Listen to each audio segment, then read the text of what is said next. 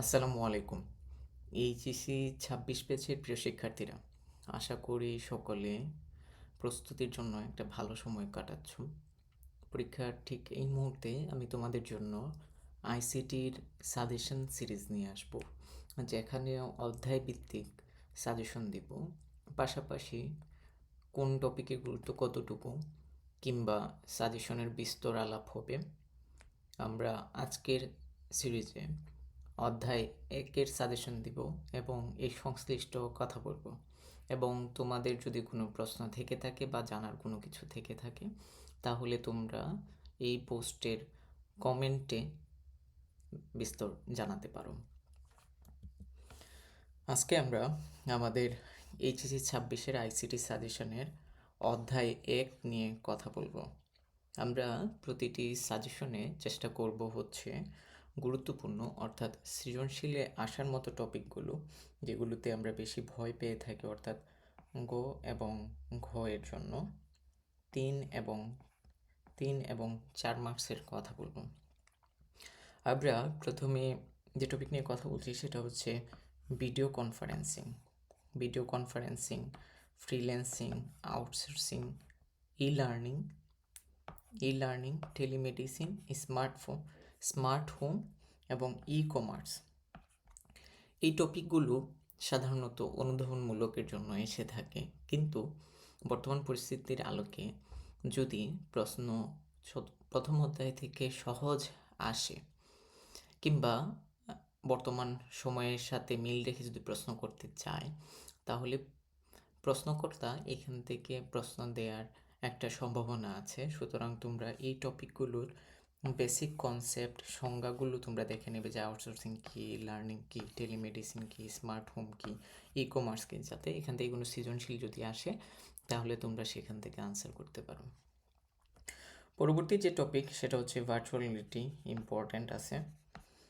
আমরা যেটা এই ভার্চুয়াল রিয়েলিটি থেকে আমরা শিখব, এই ভার্চুয়াল রিয়েলিটির সংজ্ঞা শিখব, ভার্চুয়াল রিয়েলিটির উপাদান, অর্থাৎ ভার্চুয়াল রিয়েলিটি যদি আমরা স্থাপন করতে চাই বা ভার্চুয়াল রিয়েলিটি এনভায়রনমেন্ট তৈরি করতে চাই তাহলে আমাদের কী কী উপাদান প্রয়োজন, সেই উপাদানগুলো। প্রভাবের ক্ষেত্রে দেখো, এটার ইতিবাচক প্রভাব আছে এবং নেতিবাচক প্রভাব আছে।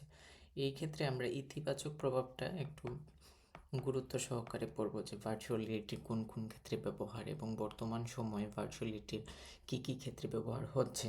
আর নেতিবাচক দিকটা একবার তোমরা হচ্ছে রিডিং পড়ে নিও, বাট ইতিবাচক দিকটা একটু বেশিই পড়ি। তারপর হচ্ছে আর্টিফিশিয়াল ইন্টেলিজেন্স, খুবই গুরুত্বপূর্ণ। আর্টিফিশিয়াল ইন্টেলিজেন্স থেকে আমরা যদি বিগত বছরের প্রশ্নগুলো বিশ্লেষণ করি তাহলে দেখতে পাই যে অনেক প্রশ্ন আসছে। আর্টিফিশিয়াল ইন্টেলিজেন্স বা কৃত্রিম বুদ্ধিমত্তা থেকে আমরা আর্টিফিশিয়াল ইন্টেলিজেন্স কাকে বলে, এই আর্টিফিশিয়াল ইন্টেলিজেন্স তৈরিতে কী কী প্রোগ্রামিং ল্যাঙ্গুয়েজগুলো ব্যবহার হয়ে থাকে এবং আর্টিফিশিয়াল ইন্টেলিজেন্সের ক্ষেত্রসমূহ কোন জায়গায়, মেশিন লার্নিং, এক্সপার্ট সিস্টেম এবং ব্যবহার। আমি যদি এটাকে অন্য একটা কালার দিই, এর ব্যবহার, এটার ব্যবহারটা খুবই গুরুত্বপূর্ণ। আর্টিফিশিয়াল ইন্টেলিজেন্সের ব্যবহার তোমরা দেখে নিবা যেখান থেকে আসলে সৃজনশীলের উদ্দীপক হতে পারে। তো আর্টিফিশিয়াল ইন্টেলিজেন্সের আমরা যদি আবার আলোচনা করি, এখান থেকে আমরা সংজ্ঞা শিখব, এর প্রোগ্রামিং ল্যাঙ্গুয়েজ শিখব, ক্ষেত্রসমূহ, মেশিন লার্নিং কোথায় ব্যবহৃত হয়, তারপর হচ্ছে এক্সপার্ট সিস্টেম, এবং এর ব্যবহারটা খুবই গুরুত্বপূর্ণ আর্টিফিশিয়াল ইন্টেলিজেন্সের ব্যবহার। তারপর যেটা আসছে সেটা হচ্ছে রোবোটিক্স থেকে হচ্ছে রোবোটিক্সের সংজ্ঞা শিখব, এর বিশেষত্ব, বৈশিষ্ট্য, উপাদান এবং অবশ্যই ব্যবহারটা, যে রোবোটিক্স বা এটা কী কী ক্ষেত্রে ব্যবহার হয়ে থাকে, এর প্রয়োজনীয়তা, বিভিন্ন ক্ষেত্রসমূহ খুব ভালোভাবে পড়তে হবে এবং রোবোটিক্সের সংজ্ঞাটা, পাশাপাশি হচ্ছে এর বিভিন্ন উপাদান সম্পর্কে তোমাদেরকে জানা লাগবে। আর এটা হচ্ছে আইসিটি নির্ভর উৎপাদন ব্যবস্থা। বর্তমান সময়ে দেখতে পাচ্ছ যে সব উৎপাদন ব্যবস্থা কিন্তু আইসিটি নির্ভর হচ্ছে। সেক্ষেত্রে আমরা ক্যাড এবং ক্যাম সম্পর্কে জানবো, ক্যাড এবং ক্যাম সম্পর্কে জানবো। তারপরের টপিকগুলো আমরা দেখি। বায়োমেট্রিক্সও বিগত সময়ে বিভিন্ন বোর্ড পরীক্ষায় অসংখ্যবার আসছে। আমরা হচ্ছে বায়োমেট্রিক্সে কী কী পড়বো সেটা দেখে নিই। বায়োমেট্রিক্স থেকে আমরা সংজ্ঞা পড়বো, এর প্রকারভেদ পড়বো, বায়োমেট্রিক্স কয় প্রকার। এছাড়া আমাদেরকে বিস্তর জানা লাগবে, সেটা হচ্ছে ফিঙ্গারপ্রিন্টটা হচ্ছে একটু গুরুত্ব সহকারে পড়িও। ফেস রিকগনিশন, রেটিনা বা আইরিশ স্ক্যান, ভয়েস রিকগনিশন এবং ডিএনএ পর্যবেক্ষণ। প্রিয় শিক্ষার্থীরা, তোমরা তোমাদের এই সবগুলো টপিক খুব সহজে বোঝার জন্য তোমরা হচ্ছে যদি সুযোগ থাকে তাহলে হচ্ছে আইসিটি ডাইজেস্ট বইটা দেখে নিও।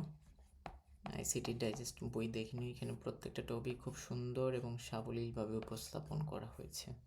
এবং তোমাদেরকে আরেকটা বিষয় জানিয়ে রাখি, সেটা হচ্ছে যে তোমাদের ক খ এবং এমসিকিউর জন্য আইসিটি ডাইজেস্টের বিকল্প কোনো কিছু নাই। এখন দেখো বায়ো ইনফরমেটিক্স থেকে আমরা সংজ্ঞা শিখব, এর ব্যাখ্যা শিখব এবং বায়োইনফরমেটিক্সের মধ্যে পার্থক্য দেখব। এই পার্থক্যটা জানা তোমার খুবই প্রয়োজন, না হলে তোমরা হচ্ছে দুইটা টপিক একসাথে গুলাই ফেলবে। বায়োমেট্রিক্স এবং বায়ো ইনফরমেটিক্সের মধ্যে পার্থক্যটা তোমরা দেখে নিও। তারপর গুরুত্বপূর্ণ টপিক হচ্ছে জেনেটিক ইঞ্জিনিয়ারিংয়ের আমরা সংজ্ঞা শিখব, ব্যাখ্যা শিখব এবং এই কৃষিক্ষেত্রে ও চিকিৎসা ক্ষেত্রে অনেকগুলো কৃষি এবং চিকিৎসা ক্ষেত্রে জেনেটিক ইঞ্জিনিয়ারিং খুবই গুরুত্বপূর্ণ। কৃষিক্ষেত্রে ও চিকিৎসা ক্ষেত্রে জেনেটিক ইঞ্জিনিয়ারিং। এখন আমরা দেখব হচ্ছে ন্যানো টেকনোলজি, এটাও গুরুত্বপূর্ণ। এই ন্যানো টেকনোলজির হচ্ছে আমরা সংজ্ঞা শিখব, ব্যাখ্যা এবং ব্যবহারটা এখানে ন্যানো টেকনোলজির ব্যবহারটা খাদ্য শিল্পে ব্যবহার, ইলেকট্রনিক শিল্পেরটা হচ্ছে বিশেষ নজর রেখে, বাকিগুলো একবার রিডিং পড়ে নিও, ব্যবহারটা গুরুত্বপূর্ণ।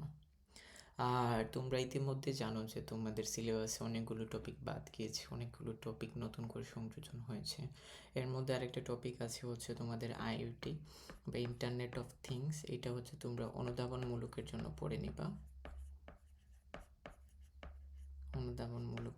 পড়ে নিবা, আর তোমাদের এবারের সিলেবাসে কিন্তু প্লেজারিজম নিয়ে বেশ ভালোই আলোচনা হয়েছে। তোমরা এখান থেকে প্লেজারিজমের সংজ্ঞা, প্লেজারিজম কত প্রকার আছে এবং প্রত্যেকটা প্রকারের ব্যাখ্যাগুলো তোমরা জেনে নেবে। আরেকটা গুরুত্বপূর্ণ টপিক ছিল, সেটা হচ্ছে ক্রায়োসার্জারি কিন্তু বর্তমান সিলেবাসে অন্তর্ভুক্ত না। প্রিয় শিক্ষার্থীরা, আজকের ক্লাসে বা আজকের এই সাজেশন ক্লাসে আমি যে টপিকগুলো দেখিয়েছি, ইনশাল্লাহ এখান থেকেই কিন্তু তোমাদের বোর্ড পরীক্ষায় কমন আসবে। সো তোমরা হচ্ছে যদি এখানে এই টপিকগুলোর কি পড়তে হবে বা কোন বিষয়গুলোতে বিশেষ নজর রাখবে সেটা নিয়ে বিস্তারিত আলাপ করেছি, এগুলো যদি একটু খেয়াল করে পড়ো, একটু করেও যদি এখন পড়ো, ইনশাল্লাহ তোমাদের এইচএসসিতে সৃজনশীল প্রশ্নে প্রথম প্রশ্নটা ইনশাল্লাহ কমন পাবে। আমরা পরবর্তী ভিডিওতে দ্বিতীয় অধ্যায় নিয়ে আলোচনা করব এবং এই অধ্যায়ের তোমাদের সাজেশনটি কেমন লাগলো কিংবা পরবর্তী অধ্যায়ের সাজেশন তোমরা চাচ্ছ কিনা সেটা কমেন্টে জানাও। ধন্যবাদ সকলকে।